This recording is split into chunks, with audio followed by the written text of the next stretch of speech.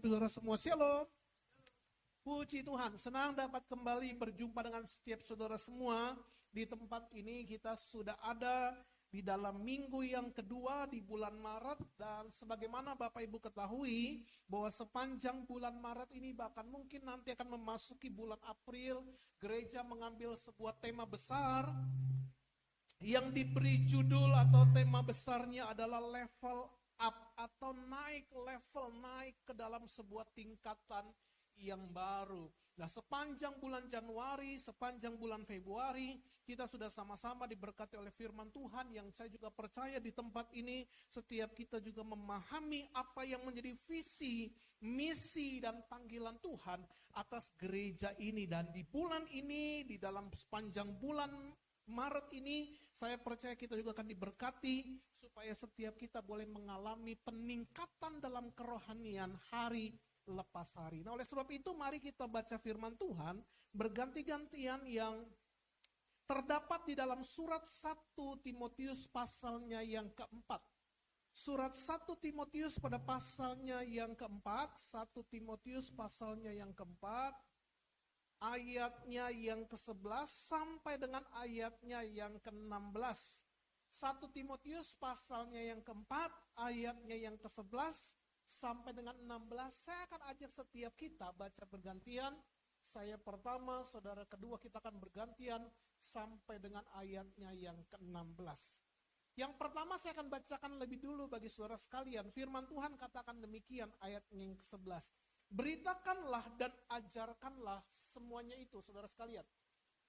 Jangan seorang pun menganggap engkau rendah, karena jadilah teladan bagi dalam perkataanmu, dalam tingkah lakumu, dalam kasihmu, dalam kesetiaanmu. Ayatnya yang ke-13, sementara itu kata Paulus, sampai aku datang, bertekunlah dalam membaca kitab-kitab suci, dalam membangun dan dalam mengajar. Jangan lalai dalam yang telah diberikan kepadamu oleh nubuat dan dengan penumpangan tangan sidang penatua. Yang ke-15, perhatikanlah semuanya itu, hiduplah di dalamnya, supaya, garis bawahi, kemajuanmu nyata kepada semua orang. 16, awasilah dirimu sendiri dan awasilah, bertekunlah dalam semuanya itu, karena dengan berbuat demikian, engkau akan menyelamatkan dirimu dan semua orang yang mendengar. Nah, kalau Bapak Ibu baca ayat-ayat ini adalah ayat-ayat, kalimat-kalimat yang dituliskan oleh seorang yang bernama Paulus kepada anak rohaninya yang bernama Timotius. Nah, sebagaimana kita ketahui, kalau saudara baca beberapa literatur atau buku-buku sejarah atau buku-buku yang berkaitan tentang perjanjian baru, Alkitab menggambarkan Timotius ini sebagai orang yang masih muda. Sebagai orang yang masih muda, pada zaman itu seringkali dalam budaya orang-orang Yahudi, orang muda ini dianggap rendah, dianggap remeh. Zaman sekarang mungkin masih ada anggapan begitu ya. Makanya kalau zaman sekarang itu seringkali ada ungkapan gini, masih bau kencur, gitu. Masih kecil, masih bau kencur. Belum punya pengalaman, belum makan asam garam, begitu. Mungkin orang-orang tua sudah banyak menikmati asam dan garam, begitu ya. Makanya ungkapan-ungkapan seperti itu sampai juga di zaman kita hari ini. Tetapi yang luar biasa Bapak Ibu, Timotius ini adalah orang yang dipanggil Tuhan melayani sebagai seorang pemimpin di dalam gereja Tuhan yang Paulus percayakan kepada dia melalui keluarganya yang kalau Bapak Ibu pelajari sejarahnya, keluarganya, neneknya orang yang bertekun dalam Tuhan, mamanya orang yang bertekun dalam Tuhan, dan makanya Timotius pun melihat gambaran dari orang tua yang begitu cinta Tuhan dan menurunlah kepada Timotius ini. Nah, yang luar biasa adalah sekalipun Timotius sebagai orang yang dipanggil Tuhan melayani, tetapi tetap sebagai orang muda punya perasaan minder. Punya perasaan gak percaya diri.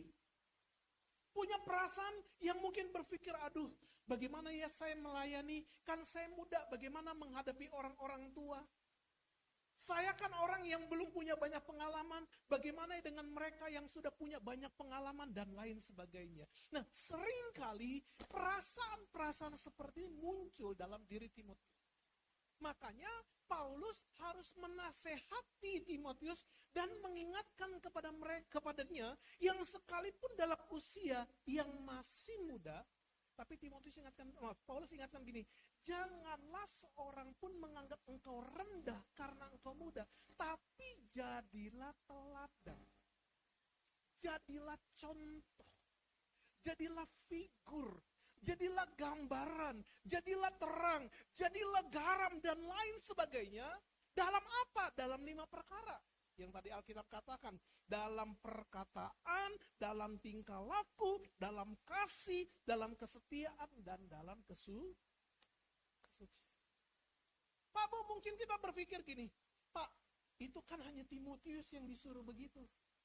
Pak, itu kan hanya bagiannya Timotius.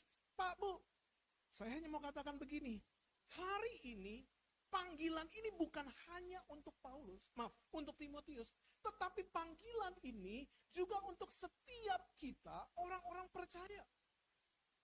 Saya, kalau Bapak Ibu mengikuti media sosial saya, ya, Bapak Ibu mungkin pernah melihat ada sebuah event yang pada saat itu anak saya Natania mengikuti sebuah event yang namanya sih perlombaan yang diikuti siswa Kristen berprestasi gitu. Itu nama perlombaannya. Nah, siswa Kristen berprestasi tingkat Sulawesi Utara, tingkat provinsi. Nah, waktu itu saya bilang sama dia pada saat pertama kali dia ikut, kamu mau apa ikut ini begitu? Ya aku kan mau dapat pengalaman, cari pengalaman.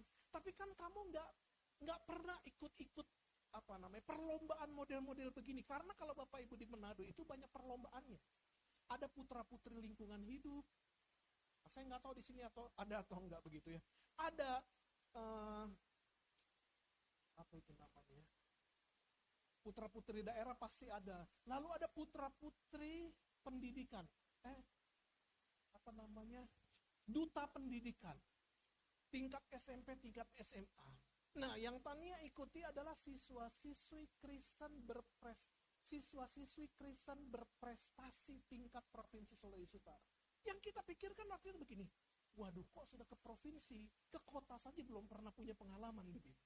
Jadi yang saya berpikir pada saat itu, ya sudah, sebagai orang tua kalau mau ikutlah gitu. Ikut aja lah, nggak apa-apa begitu. Ya saya pikir mungkin supaya dapat pengalaman baru, ada pelatihan-pelatihan dia dapat sesuatu begitu kan. Itu pikiran kita sebagai orang tua. Secara tiba-tiba pada saat sudah masuk ke dalam tahapan demi tahapan sampai kepada grand final begitu ya. Tiba-tiba dia kasih tahu ke kita, aduh, saya harus bisa nih. Saya harus ngomongnya pakai bahasa Inggris. Pak, Bu, saya berpikir gini, kita di rumah itu patah-patah bahasa Inggris. Dan Tania ini bukan masuk sekolah internasional yang terbiasa berbahasa Inggris begitu. Tapi dia bilang begini sama kita, iya papi, karena kalau kita ngomong pakai bahasa Inggris, nilainya double gitu. Terus saya bilang gini, kamu yakin mau ngomong pakai bahasa Inggris? Ya pokoknya, ya dicobalah papi. Akhirnya pada saat grand final itu terjadi, tiba-tiba juri memberikan sebuah pertanyaan yang dimana pertanyaannya ini pertanyaan bebas. Nah, pertanyaan bebas ini kan kita harus rangkai kata-kata begitu ya. Lalu pada saat dia merangkai kata-katanya, ada yang dia singgung sampai hampir dia kelupaan karena dia menyebut ayat Alkitab. Nah, mungkin dia bukan pendeta yang selalu harus hafal Alkitab begitu ya. Tapi dia coba ungkapkan dalam bahasa Inggris begitu ya. Yang sampai pada akhirnya mungkin kita berpikir kalau dari performance dan lain sebagainya sih dia biasa saja gitu. Tapi mungkin mencoba untuk berani tampil, dan yang sekalipun lawannya mungkin dari orang-orang yang bersekolah di international school dan lain sebagainya, membuat dia yakin pokoknya dia harus mencoba bisa. Nah, singkat cerita pada saat pengumuman pemenang dan pada akhirnya dinyatakan bahwa dia menjadi juara pertama, ya kita nggak ada yang sangka begitu. Nah, kita juga semua kaget tuh. Oh bisa ya begitu. Lalu ini yang selalu saya ingatkan kepada dia, karena pada saat dia ditanya oleh juri mengenai apa yang kamu harus lakukan, kenapa kamu ingin mengikuti perlombaan ini, satu kalimat yang dia katakan, ya dalam bahasa Inggris saya nggak bisa mengulanginya lagi begitu ya, saya pasti patah-patah mengulanginya, tapi dia sebut sebuah kalimat gini. Matius 5 ayat 16 berkata, hendaklah terangmu bercahaya. Bahwa kita sebagai siswa Kristen, kita harus menjadi terang bagi teman-teman, bagi generasi. Lalu dalam pembicaraan yang sering kali saya lakukan dengan dia dalam keseharian pada saat saya mengantar dia ke sekolah, saya selalu ingatkan begini, Tami, ingat tidak apa yang Tami katakan? Dimanapun kita ada, kita itu harus jadi terang. Nggak peduli keterbatasan kita. Tidak peduli, mungkin kita punya banyak kekurangan. Tapi panggilan Tuhan bagi kita, jadilah terang. Hendaklah terang kita bercahaya. Jadi apapun ini yang saya selalu ingatkan kepada dia. Apapun yang kamu lakukan, kamu harus ingat. Kamu harus jadi berkat. Dimanapun kamu. Kamu harus jadi terang.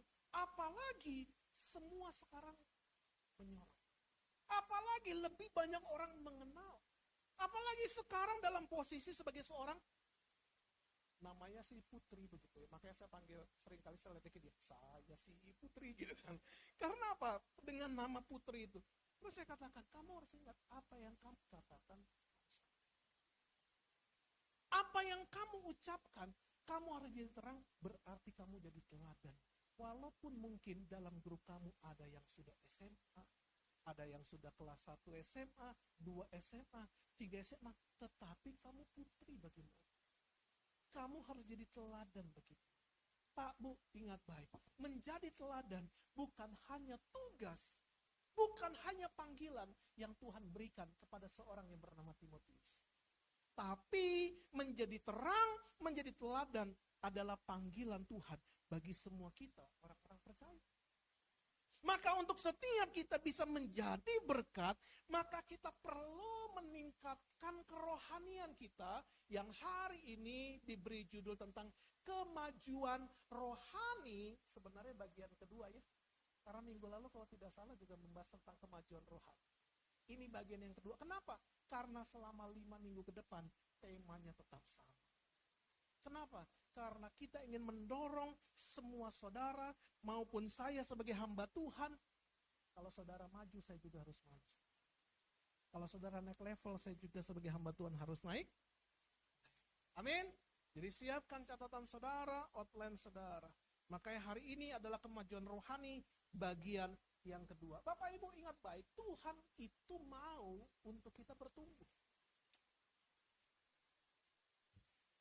Suka ataupun tidak suka, ini yang mau saya katakan sama saudara. Tuhan mau kita bertumbuh. Bahkan bukan sekedar bertumbuh. Tuhan mau kita berbuah. Pernahkah saudara renungkan ada sebuah kisah? Saya percaya kisah ini saudara pasti tahu. Suatu ketika pada saat Yesus berjalan habis memberitakan Injil, tiba-tiba dia merasa lapar dan dia melihat sebuah pohon yang bernama pohon ara.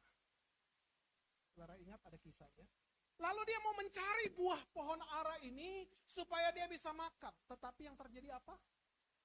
Dia tidak bisa menemukan buahnya. Lalu apa yang Yesus lakukan terhadap pohon ara ini? Apa? Yesus mengutuk pohon ara dan menyebabkan pohon ara itu mati. Kalau Bapak Ibu perhatikan kisahnya, bukankah di situ diingatkan bahwa waktu itu, saat itu bukanlah musim pohon ara berbuah. Coba saudara renungkan.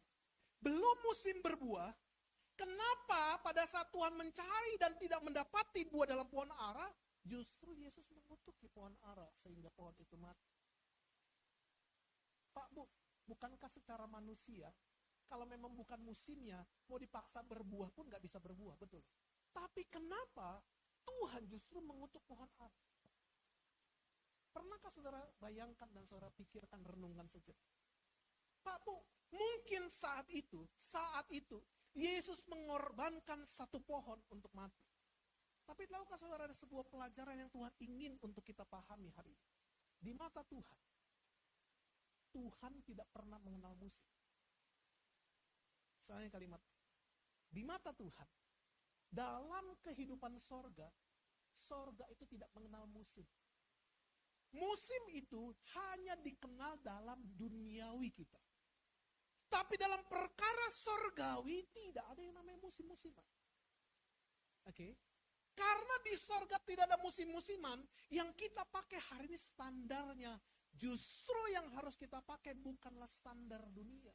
Maka kalau kita pakai standar dunia begini, ya Pak, gimana saya bisa menghasilkan? Toh kan hari ini kan keadaannya nggak baik-baik saja. Ya Pak, mana mungkin saya hidup diberkati hari ini? Kan keadaan lagi susah.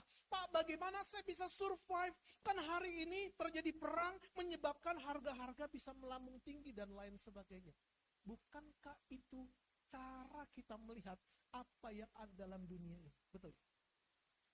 Tapi sadarkah kita, kalau kita memakai prinsip dalam kerajaan sorga, kalau tadi kita pahami sorga itu nggak mengenal musim, artinya apa? Seperti khotbah yang mungkin bulan Agustus saya sampaikan, dari kekeringan menjadi kelimpahan kalau tidak salah. Betul ya? Itu yang saya sampaikan ya. Bapak Ibu pahami, apa yang Ishak lakukan di tengah masa kekeringan, dia tetap bisa menuai di masa kering. Dia masih bisa tetap menuai sekalipun saat itu tanah itu kering, tanah itu gersang. Mungkin secara logika dunia, mana mungkin tanah yang gersang bisa bertumbuh buah.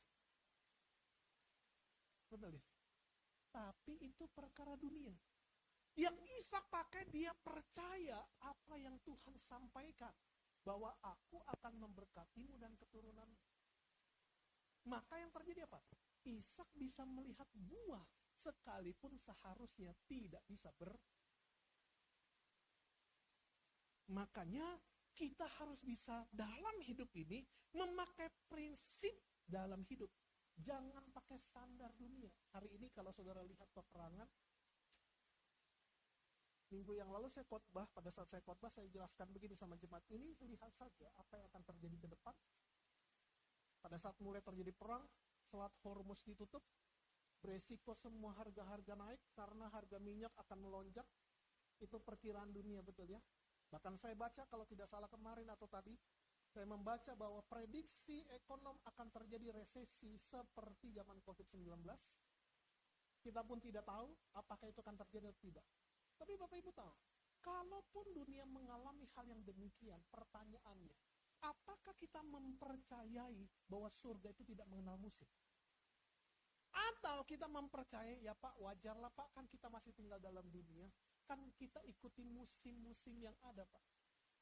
Kalau sekarang musimnya lagi resesi, ya resesi lah Pak, ya susah lah Pak, dan susah dan begitu semuanya. Tapi kalau saudara memakai apa yang sorga coba buat dan ajarkan kepada kita, saudara masih bisa menikmati buah sekalipun bukan musim berbuah. Saya kasih kesaksian sedikit sama saudara.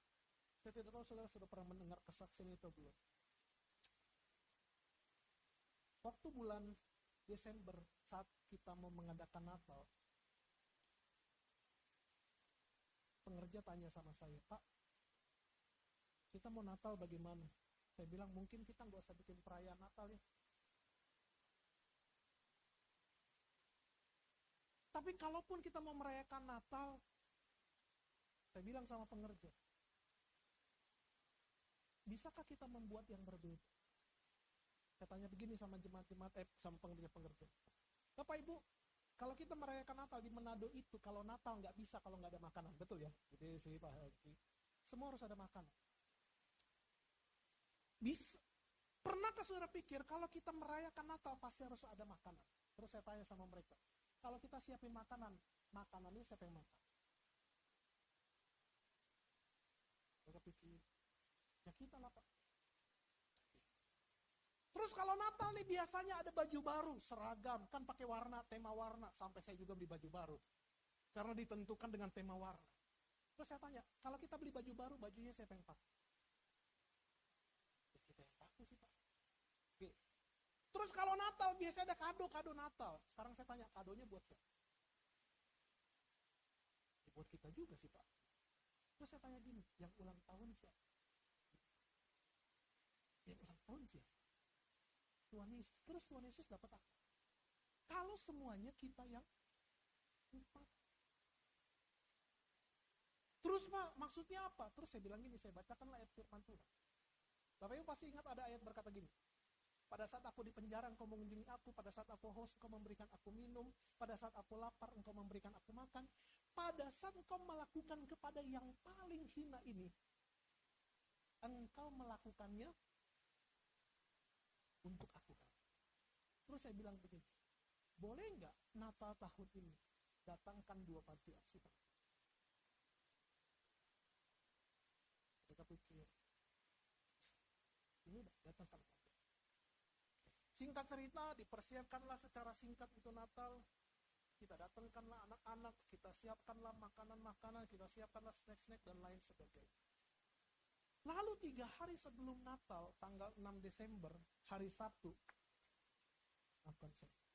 hari Sabtu, Natal, hari Kamis, tiba-tiba Tuhan taruh sesuatu dalam hati saya.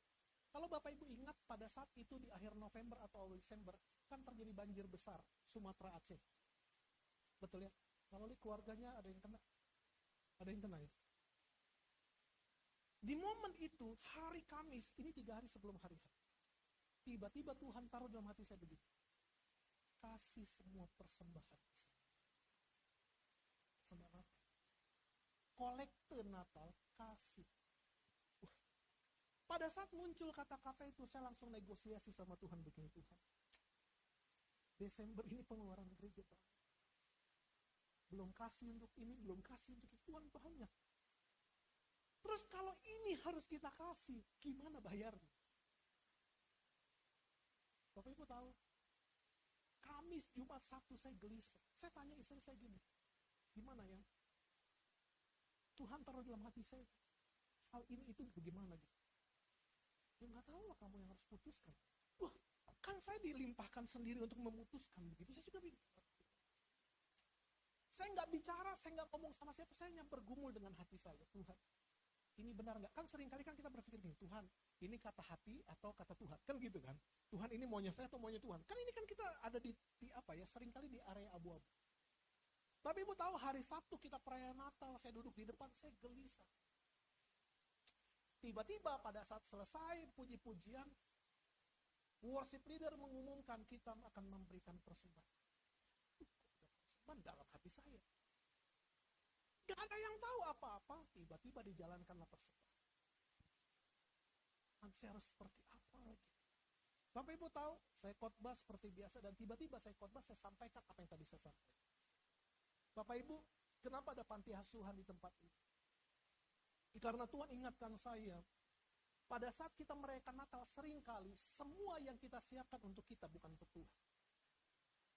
Tapi Tuhan kasih ayat, pada saat kamu melakukan kepada yang paling hina ini, kamu sudah melakukannya untuk aku.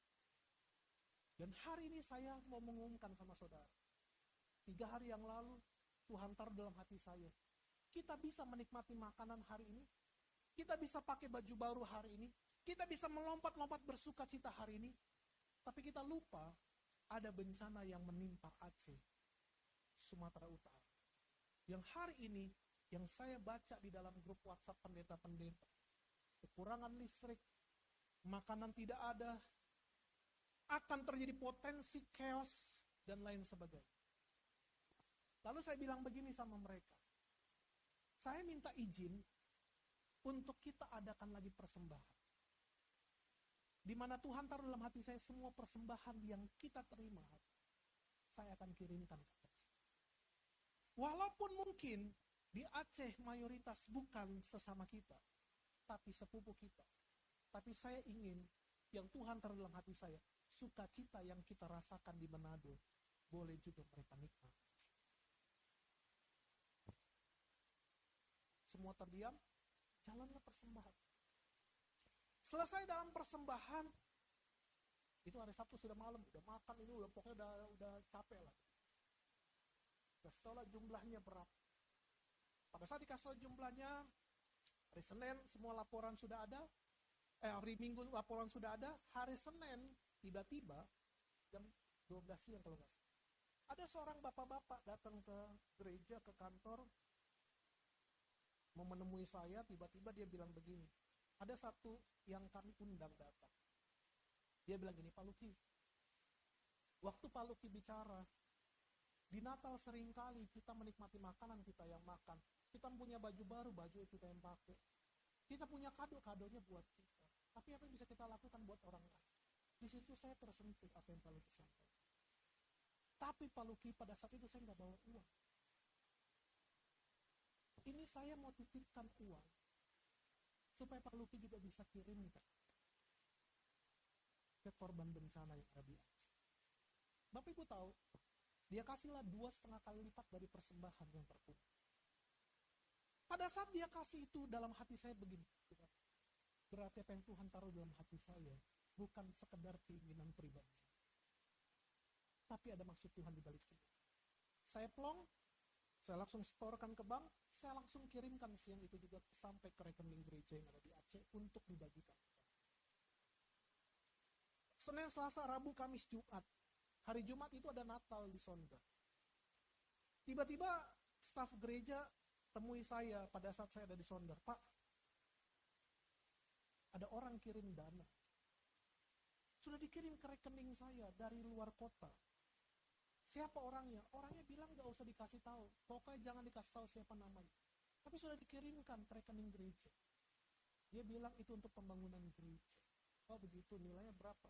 Tapi betul, nilainya 11 kali lipat dari persembahan yang gereja kirim. Yang sampai hari ini saya nggak pernah tahu itu siapa. Yang sampai dengan hari. Bapak Ibu, sederhana begitu. Pada saat kita belajar taat sama Tuhan, sering. Ketaatan kita sama Tuhan akan mempengaruhi cara kita berpikir. Tuhan benar nggak ya? Tuhan untung rugi yang mana? Tuhan, kalau saya lakukan ini, saya dapat apa? Seringkali kan itu manusia kita, betul? Betul ya, itu yang seringkali terjadi. Tapi Bapak Ibu tahu, Tuhan akan memberikan kepada kita pengalaman-pengalaman rohani untuk kita melihat hal-hal yang besar. Dan sampai dengan hari ini kalau saya mau saksikan sama saudara, Desember gereja nggak kekurangan uang. Kita tidak pakai uang pembangunan itu untuk operasional. Dan operasional berlebih yang bisa kita alihkan ke gereja. Walaupun di awalnya saya mungkin berpikir tuh, kalau ini saya singkirkan, kan pemasukannya berkurang. Kan saya singkirkan, berarti yang masuk ke gereja kan berkurang. Kan itu logikanya. Tapi yang saya coba mau katakan kepada saudara, pada saat kita memilih belajar mentaati apa yang Tuhan ingin untuk kita kerjakan, saudara akan mengalami sebuah level kerohanian yang baru. Dan sampai dengan hari ini, kalau saya mau katakan kepada saudara, puji Tuhan, Tuhan tidak pernah berdusta. Makanya pada saat bulan Februari kemarin, tiba-tiba satu orang pengerja telepon saya. Pelayan Tuhan di tempat kita, perwira polisi, dia bilang begini. Karena dia polisi, seringkali bukan manggil saya pastor, dia panggil bang, gitu kan orang sebagai anggota. Bang, ini ada orang telepon saya, dia bilang sama saya, gereja kamu mau nggak tanah? Gitu. Iya bang, ini orangnya bilang, saya mau kasih tanah, tapi harus dibanguni gereja. Terus saya bilang, di mana tanahnya? Pak Hendy pasti tahu, di Minut. Daerah Syukur namanya. Dia mau kasih, tapi pengennya dibanguni gereja. Terus saya berpikir, Tuhan, kita memang nggak punya gereja di daerah itu. Saya langsung bilang sama Tuhan, kenapa Tuhan kasih PR? Kita ini butuh dana untuk membangun. Bukan butuh tanah kita sudah ada. Tapi untuk membangunnya, kenapa Tuhan kasih tanah? Tapi akhirnya saya berpikir positifnya begini, Tuhan, berarti kalau Tuhan kasih PR, berarti Tuhan bukan menyelesaikan. Pak Bu, saudara akan melihat banyak pengalaman-pengalaman baru bersama Tuhan. Pada saat saudara, kalau minggu yang lalu kita belajar, semakin kita level up, maka saudara akan semakin melihat banyak hal. Betul ya?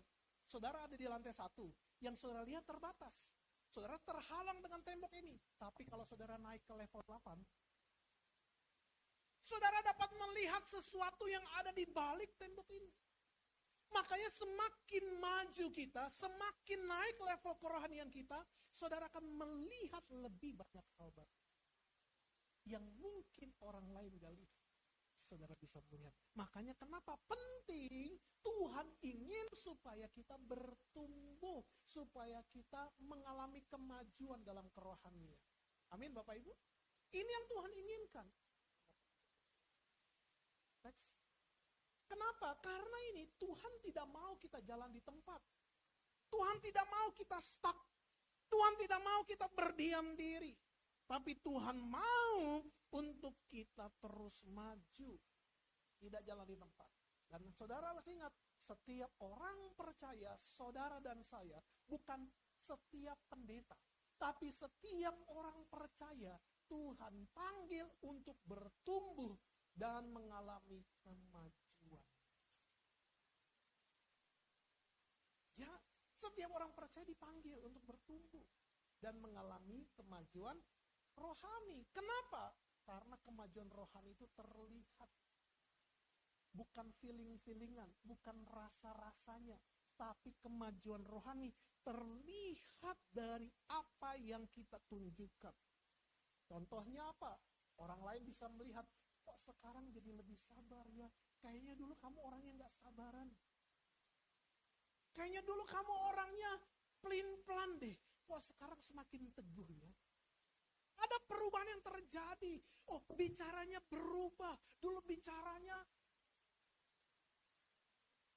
Saya ingat kata-kata almarhum Thomas Achenbach. Kalau dia bilang kalau orang Batak tembak langsung begitu. Dulu tembak-tembak saja, tapi kok sekarang dengan penuh pertimbangan ya bicaranya. Mengalami perubahan dan terlihat. Imannya makin kuat, makin teguh dalam menghadapi setiap masalah. Jadi Bapak Ibu, kemajuan rohani itu akan selalu nampak dan orang akan menyaksikan perubahan yang terjadi. Itulah kemajuan rohani. Maka seorang hamba Tuhan bernama Billy Graham berkata gini, iman yang hidup pasti akan menghasilkan perubahan hidup. Jadi iman itu bukan dirasa-rasa. Rasa-rasanya Pak, iman saya semakin naik loh Pak. Itu bukan rasa-rasanya. Iman itu akan selalu menghasilkan perubahan. Pertanyaannya hari ini, sudahkah orang-orang di sekitar kita merasakan perubahan kita? Sudahkah hari ini orang-orang yang ada di sekitar kita merasakan dan melihat perubahan yang kita? Maka orang-orang yang mengalami kemajuan rohani ada ciri-cirinya. Yang pertama apa?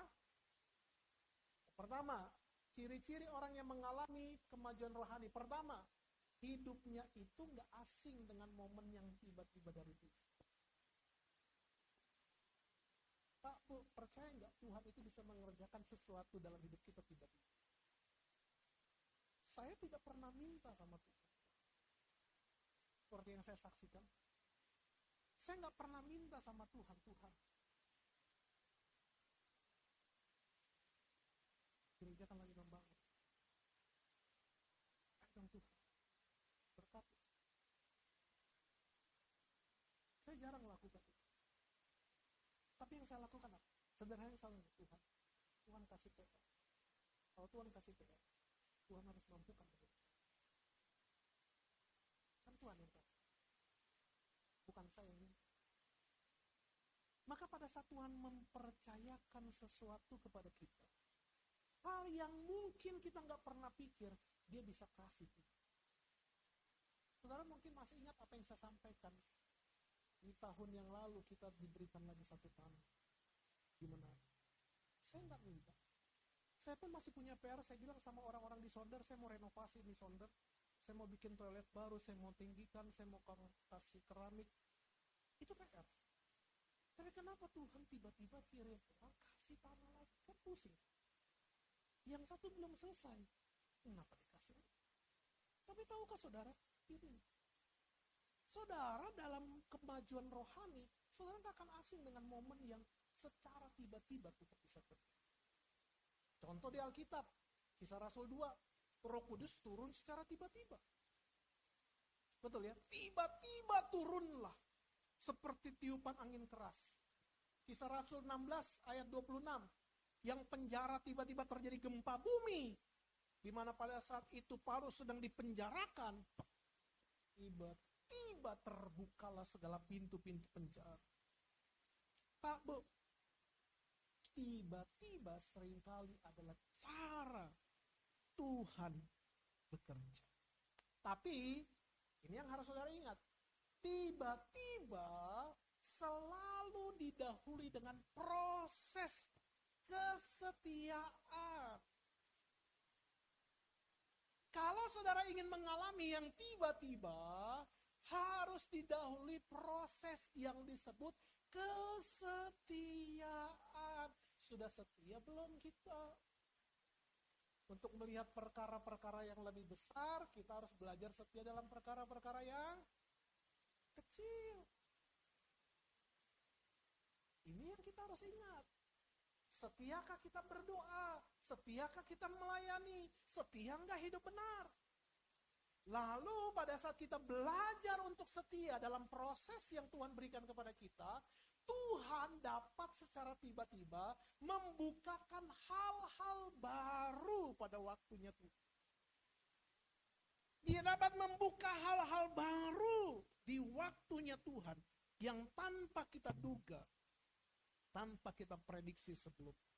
Maka dalam Pengkhotbah 3:11, ia membuat segala sesuatu indah pada waktu.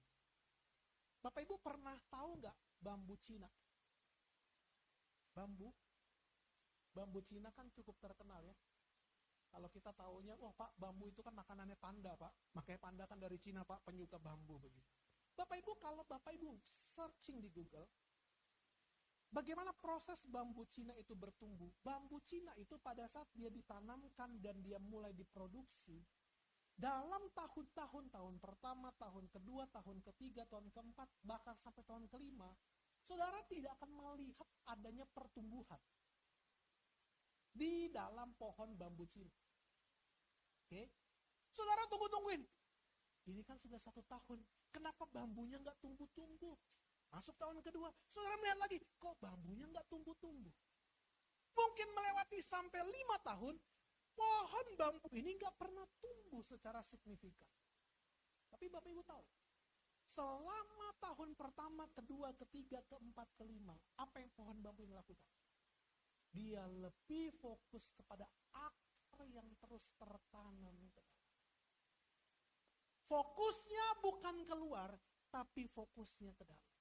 Maka melewati tahun yang kelima, kalau saudara searching kisah tentang bambu Cina, mulai tahun ke-6, ke-7, pertumbuhannya akan signifikan tanpa saudara sadari.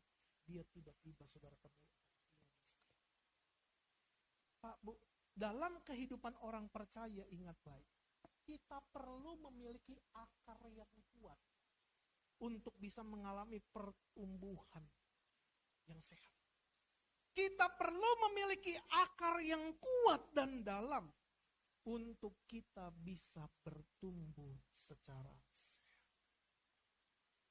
Hanya ingat baik, orang yang belajar setia dalam prosesnya Tuhan, saudara akan mengalami sesuatu yang secara tiba-tiba tidak saudara duga akan terjadi.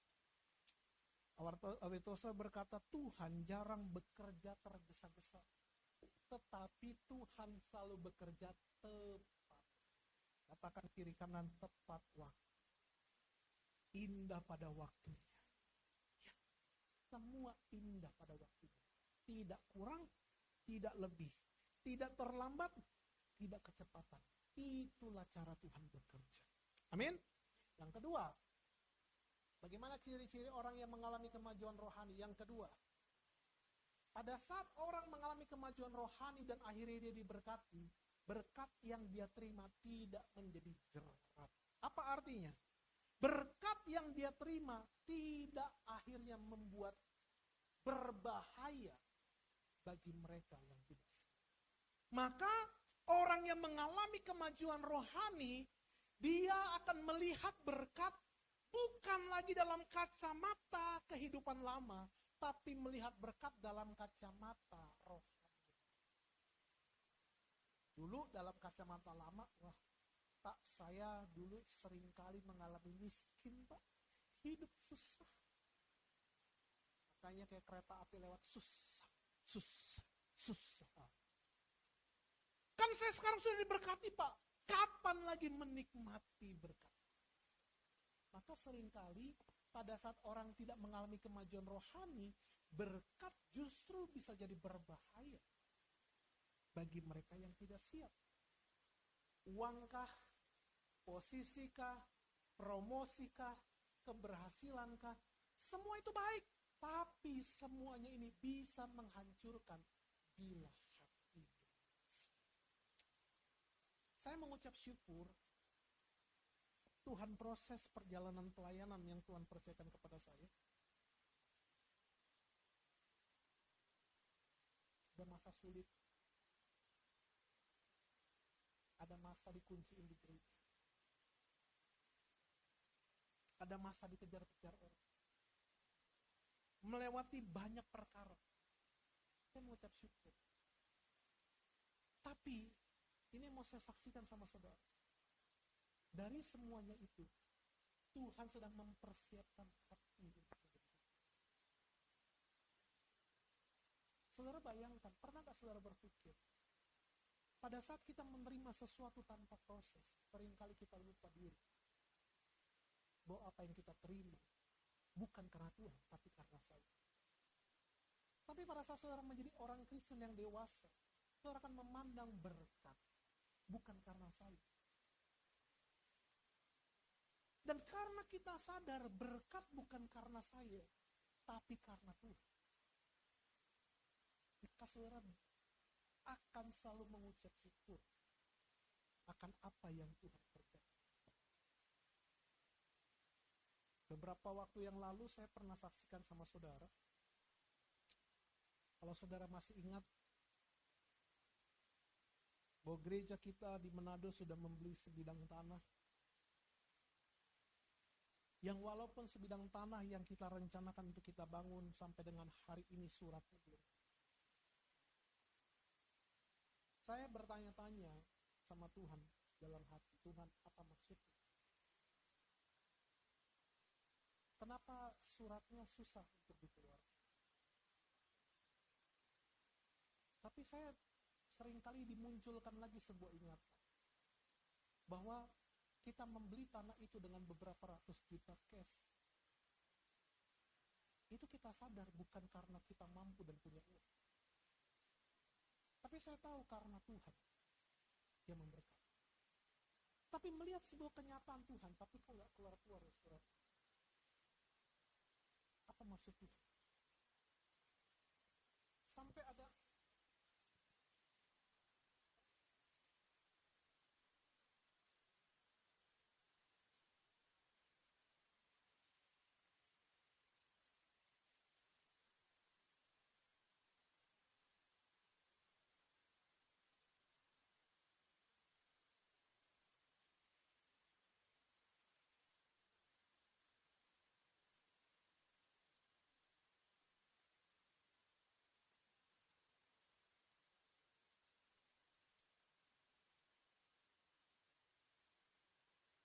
beberapa waktu yang lalu kami dipanggil, saya dengan beberapa 2 orang tim dipanggil oleh Kepala Badan Pertanahan Manado berhadapan langsung, yang selama ini kami tidak pernah berhadapan dengan kepalanya langsung. Lalu mereka katakan begini, ini tanah nggak bisa, harus jadi 2 sertifikat. Terus saya pikir, kalau jadi 2 sertifikat kita bangun ya. Karena pada saat kami beli tanah itu, memang tanah itu di tengah-tengah tanah itu ada aliran air yang terjadi secara alami, gitu singkatnya. Kami tanyalah kepada pemilik tanah, boleh nggak aliran itu kami pindah ke belakang, karena menurut warga sekitar dulu itu nggak ada alirannya. Jadi aliran terbuat karena curah hujan, jadilah aliran gitu. Karena di belakang tanah ini adalah tanah yang sama dengan pemilik tanah yang kami beli. Gak apa-apa Pak, pindahin aja ke belakang. Ya sudah, saya berpikir saya pindahkanlah ke belakang. Singkat cerita, kita sudah pindahkan. Saya bilang, bangunlah fondasi keliling. Kita bangunlah fondasi keliling. Orang BPN survei, ukur pakai apa tuh? Patok satelit begitu kan. Udah Pak, ini udah bisa. Kami percaya diri. Tiba-tiba pada saat masuk ke tahapan sertifikat itu mau keluar. Itu udah mau keluar nih. Pejabat-pejabat tingkat kepala sampai di bawahnya dimutasi. Ulang lagi dari awal. Ulang lagi dari awal, dipermasalahkan lagi. Ini kenapa ada aliran air begini-begini. Karena citra satelitnya itu menggambarkan ada aliran air. Terhambat. Sampai dimutasi lagi. Inilah yang ketiga. Kami dipanggil. Gak apa-apa lah Pak, 2 sertifikat. Saya berpikir 2 sertifikat. Urus IMB aja harus ada apa? Syarat-syarat 5 meter dari aliran. Kan gitu-gitu syarat. Lalu mau bentuk gerejanya kayak gimana gitu. Masa gereja pakai jembatan? Kan gak mungkin begitu. Saya pikir terus saya katakan, Pak, ini dari Badan Wilayah Sungai Kementerian, ini nggak ada aliran air di situ. Aliran air itu di belakang tanah kita. Ya udahlah, pokoknya begini, minta aja surat dari Badan Wilayah Sungai, namanya Badan Wilayah Sungai. Kalau itu dapat rekomendasi dari Badan Wilayah Sungai, saya akan keluarkan sertifikat. Wah, puji Tuhan. Pokoknya udah tinggal sedikit lagi. Tuhan, saya percaya Tuhan. Tiba-tiba pada saat kami urus, disuruhlah harus ke Jakarta, Kementerian Pusat. Apa namanya? Dirjen Sumber Daya Air dan Mineral. Harus bersurat, waduh kita bingung lagi. Ngurus, masa harus ke Jakarta, bolak-balik biaya berapa. Akhirnya kami kirimkanlah via email. Lalu mereka jawab begini. Pak, ini menurut peraturan Menteri nomor sekian tahun sekian, Bapak itu harus didenda. Karena tidak izin main pindahin aliran air. Karena aliran itu, sungai itu tetap adalah milik negara. Bapak pindahin berarti Bapak didenda. Tapi karena ini tempat ibadah, rumah ibadah, maka kita akan bantu dihapuskan dan nanti bukan lagi dari Jakarta yang urus, kita akan alihkan langsung di Manado begitu. Dalam hati saya, puji Tuhan. Berarti saya sudah melangkah, jangan sampai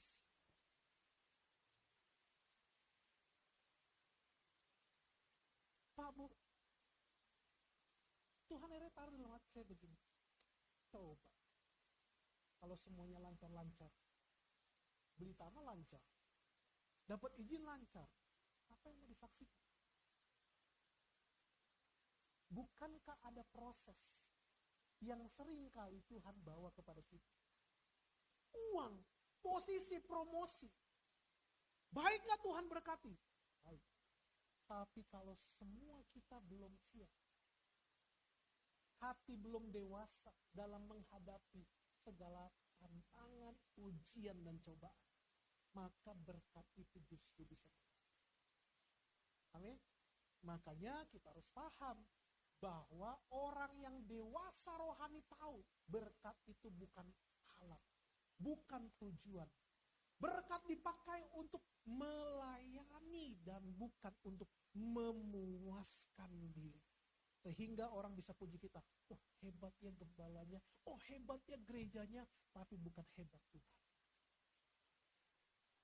Maka pada saat kita belajar untuk taat, untuk setia dalam setiap proses Tuhan yang Tuhan berikan kepada kita, maka saudara akan menjadi orang-orang yang dewasa karena melihat berkat. Bukan untuk tujuan yang saudara ingin capai, tapi untuk saudara melayani. Berkat dipakai untuk mempermuliakan Tuhan, bukan untuk membesarkan ego manusia. Seorang John Wesley berkata begini, hasilkanlah sebanyak mungkin, simpanlah secukupnya, dan berilah sebanyak mungkin. Hasilkanlah sebanyak mungkin, simpanlah secukupnya, dan berikanlah Makanya kenapa sampai dengan hari ini kita terus fokuskan, terus saudara dukung doa, apa yang kita lakukan dalam gereja ini. Kita berdoa, Tuhan berkati, Tuhan pelihara, tapi bukan itu tujuan. Tapi berkat yang Tuhan beri kepada kita, untuk kita pakai, melayani Tuhan. Menjadi berkat bagi orang lain. Amin. Saya berdoa, kita bisa melihat berkat, bukan untuk menghancurkan, tapi kita melihat berkat untuk kita dapat melayani. Sama seperti sebuah pisau. Pisau, ini bukan pisau, yang pasti ini tidak bisa tusuk orang.